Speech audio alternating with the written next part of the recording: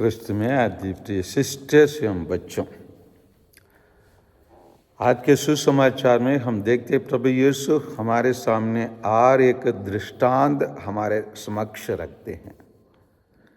लेकिन हर एक दृष्टांत के पीछे हम देखेंगे तो एक पृष्ठभूमि रहता है, क्यों प्रभु यीशु ऐसे दृष्टांत अपने शिष्यों और अपने पीछे आने वाले लोगों को क्यों उन्होंने दृष्टांत सुनाया या उनके द्वारा वो अपने शिक्षा को उनको दिया।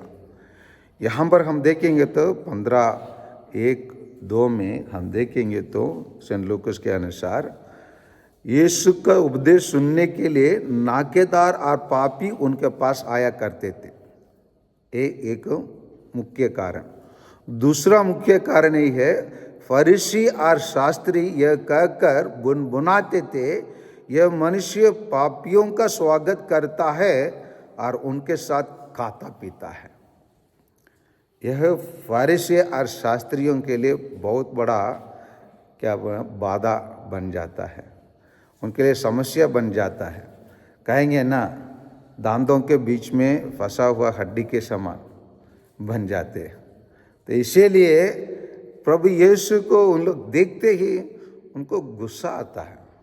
कैसे यार, ये तो धार्मिक नेता कहता है, इसको तो ये ना राष्ट्रीय नेता के समान काम करता है, लेकिन इसका काम थोड़ा अलग, हमारे जैसे लोगों जैसे नहीं है, ये तो थोड़ा भिन्न है। क्यों? ये आदमी वास्तव में सच में ये मुक्तिदाता है, सच में ये मसीह है? क्यों उनके पीछे जाता है, जिसको हम नकराते हैं, जिसको हम किनारे कर देते हैं, जिसको हम गिनती ही नहीं करते? ऐसे लोगों के पीछे क्यों ये लगे रहता है? तो मैंने तो बार बार बताया आप लोगों को, प्रभु यीशु जो भी बताया और जो भी दृष्टांत सुनाया, केवल वहीं पर कुछ बोलने के लिए नहीं, टाइम पास करने के लिए नहीं, लेकिन वो शिक्षा जो भी दिया, जो भी वहाँ के लोगों को देकर उन्होंने बताया, वहाँ के आवश्यकता के अनुसार और क्या बताना है, वही चीज़ को प्रभु यीशु बताते हैं।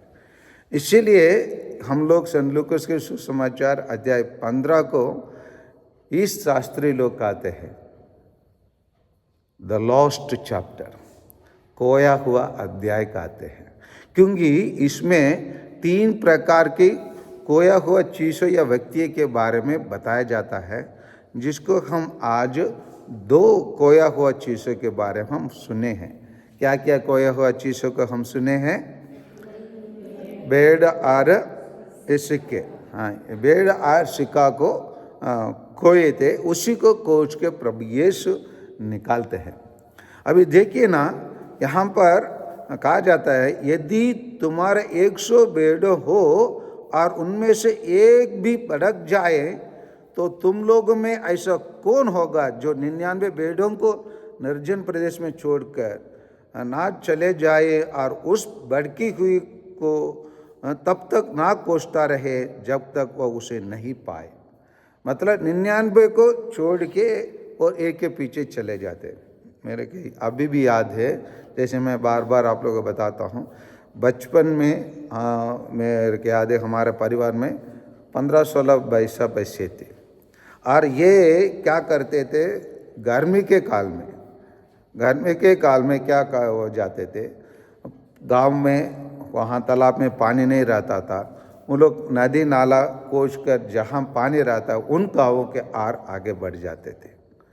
मैं छोटा था, मेरी माँ क्या कहेंगे, अड़ोसी पड़ोसी के बोल देंगे, नहीं तो मेरी बड़ी दीदी और भैया को बोल देंगे, तुम लोग बाकी बच्चों लोगों के साथ घर में रहो, न चाहिए तो बगल वाले अंकल और आंटी से कुछ लेकर आप लोग घर के देखभाल करते रहो, मैं वो भैंसों को खोज के निकलूँगा बोल के हम सभी बच्चों को अड़ोसी के भरोसे में या अपने बड़े बेटे या बेटे के भरोसे में मेरी माँ सबको छोड़ के उस भैंसे के पीछे चले जाते। कभी कभी उन दिनों में बता रहा हूँ, 15-20 किलोमीटर दूर में भी उसको पैदल जाना पड़ा। एक गांव में पूछेंगी, दूसरे गांव में पूछेंगी, है ना। इन दिनों के जैसे बॉटल वाला पानी वाला पकड़ने की व्यवस्था नहीं था। जो भी वहाँ पर रास्ता ना हमें जो भी तालाब रहते थे उसमें पानी पीते थे, नहीं तो कोई कुआं में पानी खींच के भी।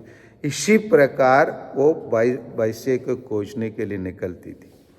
जब आ जाए तो उसी खुशी को, जैसे प्रभु यीशु बताया जा रहा है वैसे खुशी मनाए। उसी कारण वो कहानी को खुशी से बताने का तरीका को देखेंगे तो और अच्छा लगता है।